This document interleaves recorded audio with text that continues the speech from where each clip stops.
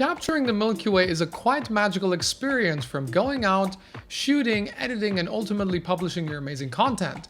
And the good news are, you don't need any fancy, expensive photography gear, and you don't need any special talents either. So having said that, by the end of this video, you will learn that capturing the Milky Way is a lot more about planning and putting in an effort. So stay tuned and get inspired.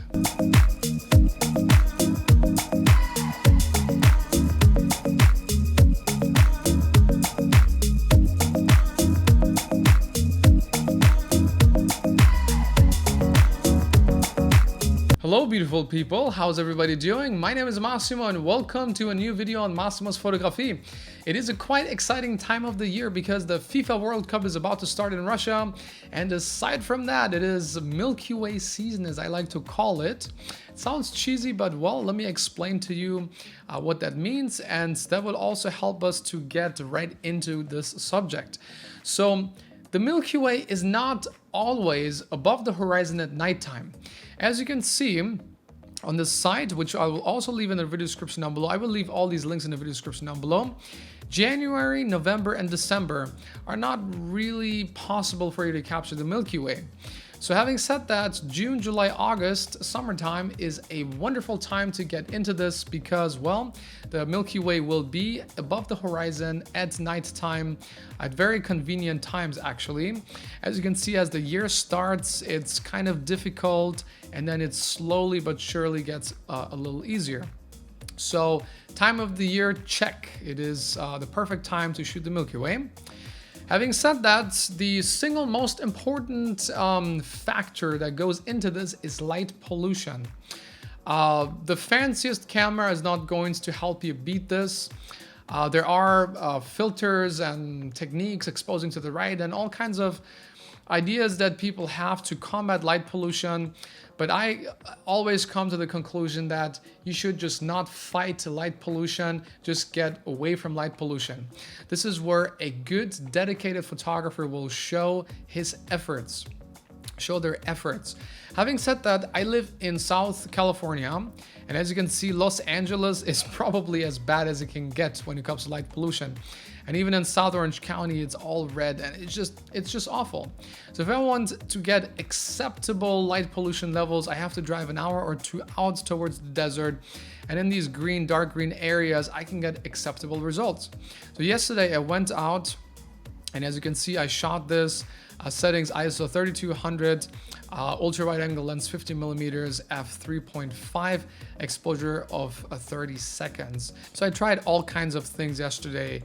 And having said that, tomorrow I'm going to go and capture some time lapses. I'm going to use both the D810 and the D850. So if you're interested in checking that out, definitely stay tuned. I'm going to have some very extensive setups. So anyways, light pollution is the single most important aspect, arguably, when it comes to capturing any astrophotography or the Milky Way. So Google light pollution map, or click on this link, Dark Side Finder, in the video description, and just check it out. You can also go on your phone and look for apps that will show you light pollution maps. It's also quite convenient on your phone to have it. So we got the time of the year check, we got light pollution check. You want to go out to a location where the light pollution is acceptable or excellent, if you can easily go to a place like that. And then comes locating the Milky Way itself. So there is an excellent app which I like to use. It's called SkyView. It's for free. It's available on Android and Apple. So definitely download this app. So all you got to do is you open up the app, you enable your GPS, and then you calibrate your phone by kind of going like this, and then rotating your phone, and then you can calibrate the phone and it'll show you where the Milky Way will be. You can also click on different elements in the universe and it'll show you a path and the time of the day and at what time a particular element will be at a particular location, I suppose. You can do that with the moon, with Scorpius, and so forth. That will help you to determine where the Milky Way will be located. So that's all you really need to know. Having said that, you may wonder, oh, what settings should I use? And you may kind of overthink the settings, but the settings are actually quite simple. Now, having said that, as always in photography, there is no universal setting that you can use for everything. The lighting conditions are always different. The light pollution will be different. Your camera will be different. The low light capabilities of your camera will be different. The lens and the aperture of your lens will be different. So you have to kind of experiment a little bit. Even experienced Milky Way shooters, they still have to experiment a little bit on location. But having said that, what I find a good starting point for settings is an ISO of 3200, an aperture as wide as possible. I don't know if is it f2.8 that you have available, or do you have something as wide as f1.4 available. So try your widest aperture, and then start with ISO 3200 and try a shutter speed of 20 seconds just to kind of get an idea of what is going on. Now, having said that, what's also very important is you want to make sure that you're focused on the stars. So set your camera on manual focus, disable autofocus. This is very important because your camera is just going to get confused in the dark, not be able to focus and not take the shots. So disable autofocus, and then go in your live view mode and then zoom all the way in and find some bright star.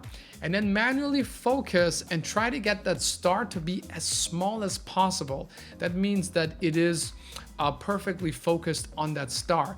If the star gets bigger and blurry, it means that your focus is a little bit off. So take your time and focus, and then take your first shot and kind of experiment. And then once you get the hang of that, you want to expose. It's always recommended to include some foreground elements so your composition is a little bit more interesting. And that is really all there is to it. A lot of photographers that I speak to, they always tell me how they never even thought about shooting the Milky Way because they thought that they need some special expensive photography gear, and that's not the case. Sure, if you have a camera like the Nikon D850, I have some shots here with ISO 25,000. As you can see, the noise levels are acceptable. Sure, a camera with better noise levels or a very fast lens can make this an easier job, but it's not required. If you're just a photographer and you enjoy the experience of going out and photographing magical content, you can even do this with your smartphone. If you have a manual app, you can crank up the ISO as high as possible and then manually focus and try to have a long shutter speed. You can definitely get it done. And that pretty much sums it up. If you guys have any questions, please make sure to let me know in the comment section down below. I always comment back to everyone who leaves a comment on my channel. And that pretty much sums it up. I'm trying to think if I'm not forgetting anything, but that's really as simple as it is. I will leave these comments in these sites, websites in the comment section down below. And that sums it up. Now tomorrow, in case you guys are still sticking around and listening, tomorrow I'm gonna go out and capture some amazing time lapses. I've been very excited, a little bit stressed too, because you don't want to mess up your settings and your setup. I'm going to be using the Serb Genie and Serb Genie Mini. So I have motion, time-lapse motion, and I'm going to do a Holy Grail time-lapse. It's going to go from day to night and from night to morning. And it's going to, there are different techniques that you can use to do the Holy Grail technique. You can, that's a topic for another video, I suppose. If you're interested in that though, let me know. Somebody else actually let me know on another video. So I should be actually making a video on that pretty soon. Anyways, I hope these tips helped you. Once again, let me know in the comment section down below if you have any questions. And that sums up today's video. Thank you very much for watching.